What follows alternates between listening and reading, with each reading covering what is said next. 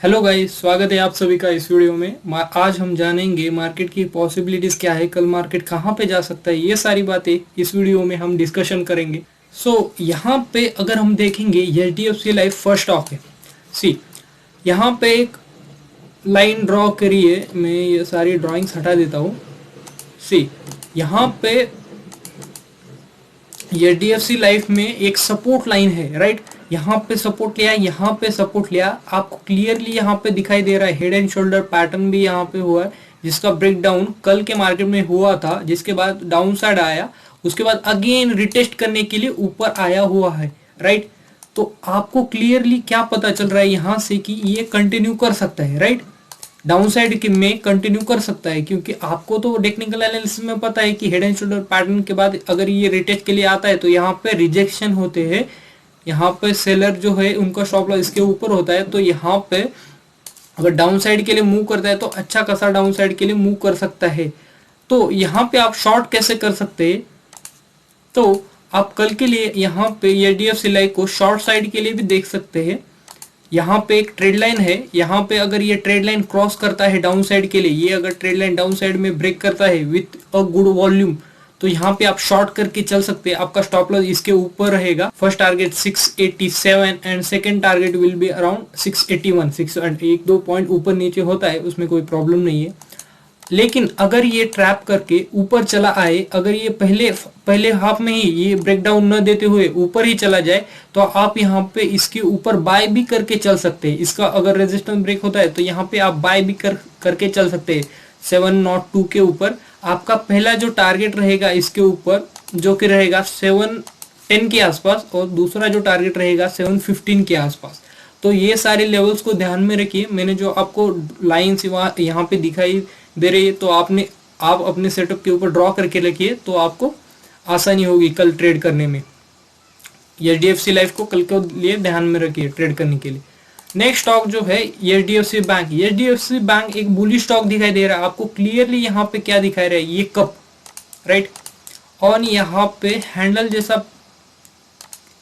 Create हुआ है, and again इसकी जो नेकलाइन यहाँ पे बन रही है वो है ये see this cup handle, and यहाँ पे ब्रेकआउट दिया है, सॉरी, यहाँ विथ अ गुड वॉल्यूम यहाँ पे ब्रेकआउट दिया है। अगेन इस जो रेजिस्टेंस हुआ करता था, अब ये सपोर्ट बन रहा है, यहाँ पे रिटेस्ट करने के लिए आया है। अगर इसका कल हाई ब्रेक कर देता है तो अच्छा खासा ऊपर की तरफ मूव कर सकता है। तो इसको एचडीएफसी बैंक के लिए कल के लिए ध्यान में रखिए।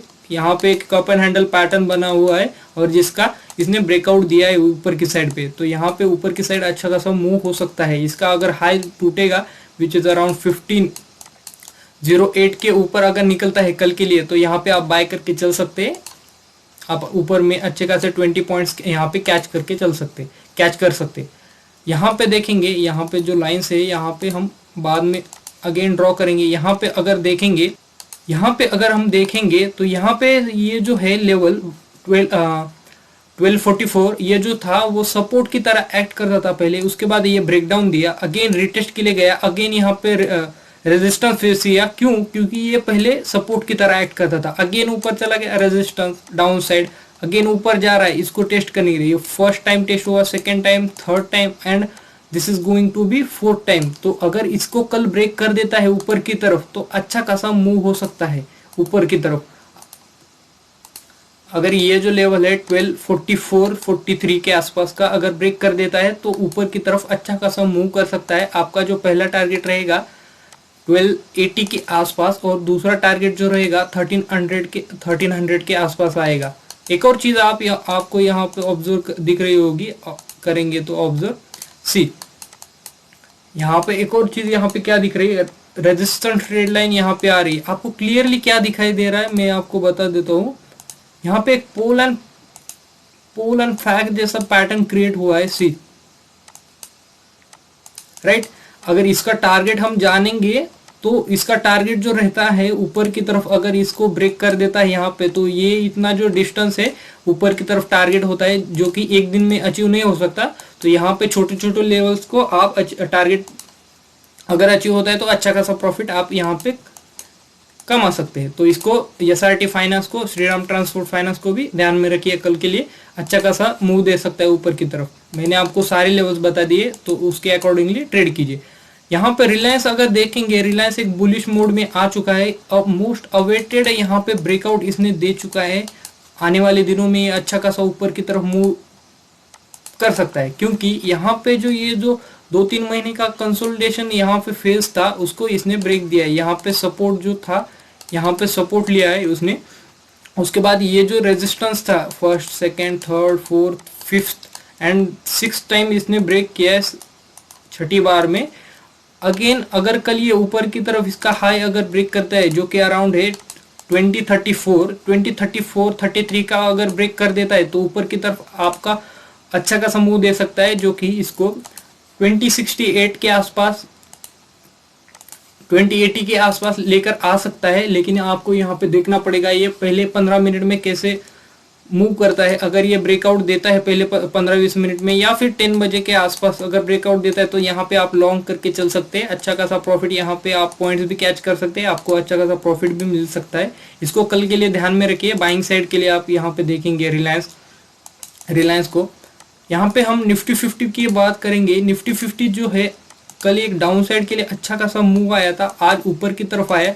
मैं आपको एक राय में दूंगा कि अभी थोड़ा सा निफ्टी 50 जब तक इस लेवल के ऊपर जब तक नहीं क्लोजिंग देता, तब तक आप बाय मत कीजिए, बाइंग साइड के लिए सोचिए भी मत, क्योंकि अभी जो है एक करेक्शन जो है निफ्टी 50 में पेंडिंग है, वो जब तक नहीं आ जाता तब तक आप बाइंग साइड के लिए थोड़ा सा कीजिए। मतलब 50 क्वांटिटीज में, अगर आप 100 क्वांटिटीज में ट्रेड करते हैं तो 50 क्वांटिटीज में ट्रेड कीजिए। यहाँ पे देखेगा आपको resistance and this is the resistance again.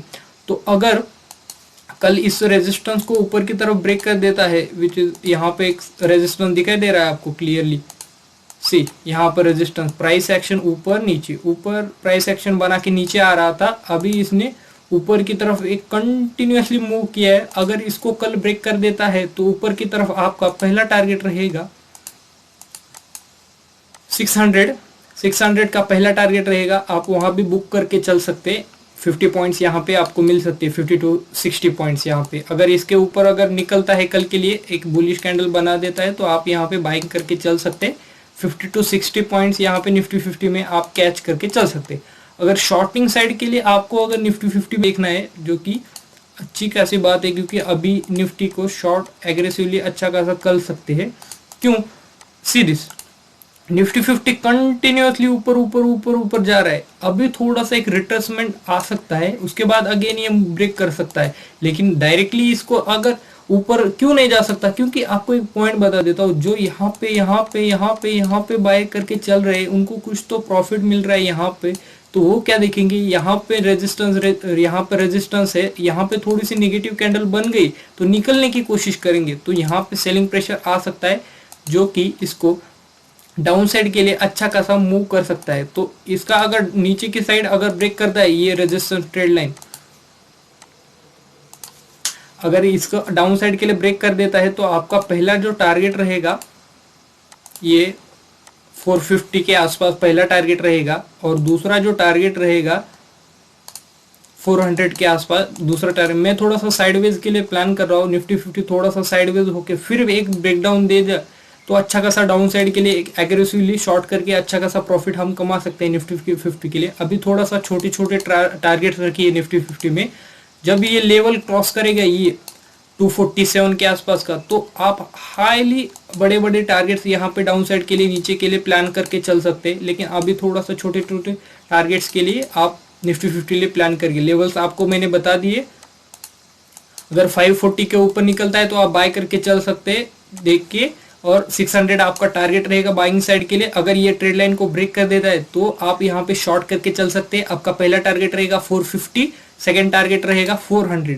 तो ये सारे लेवल्स अपने सेटअप के ऊपर ध्यान करके रख लीजिए, तो आपको आसानी होगी ट्रेड करने में। अभी बैंक निफ्टी हम देखेंगे तो सेम सिनेरियो यहाँ पे दिख रहा है। सी दिस, यहाँ पे सपोर्ट लिया ऊपर चला, यहाँ पे ब्रेकडाउन दिया, रेजिस्टेंस ऊपर ब्रेकआउट, सपोर्ट लिया ऊपर चला गया, यहाँ पे सपोर्ट लिया ऊपर चला, अगेन यहाँ पे ब्रेकआउट दिया, resistance down side move, down side again ऊपर जा रहा है, यहाँ पे रेजिस्टेंस है, तो आपको क्या दिखाई दे रहा है कि ये जो है लाइन बहुत इंपॉर्टेंट है। 32,450 का जो लेवल है बहुत इंपॉर्टेंट है हमारे लिए। अगर इसको कल अगर ऊपर की साइड ब्रेक कर देता है तो आपका डायरेक्टली 660 का टारगेट, पहला टारगेट रहेगा 660 का।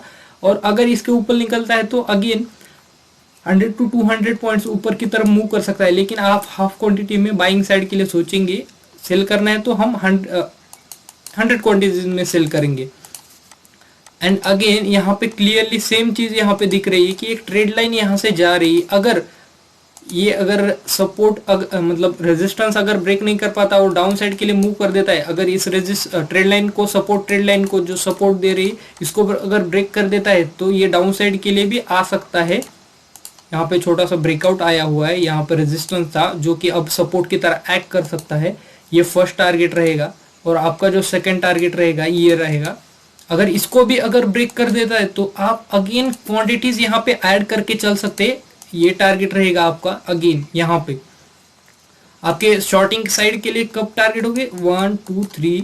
अगर ये ट्रेड लाइन को ब्रेक कर देता है, अगर ऊपर की तरफ ब्रेक कर देता है तो आपका 200 पॉइंट्स का यहाँ पे ऊपर की तरफ टारगेट होगा। तो ये सारे लेवल्स को अपनी ट्रेडिंग सेटअप के ऊपर ध्यान रखिए।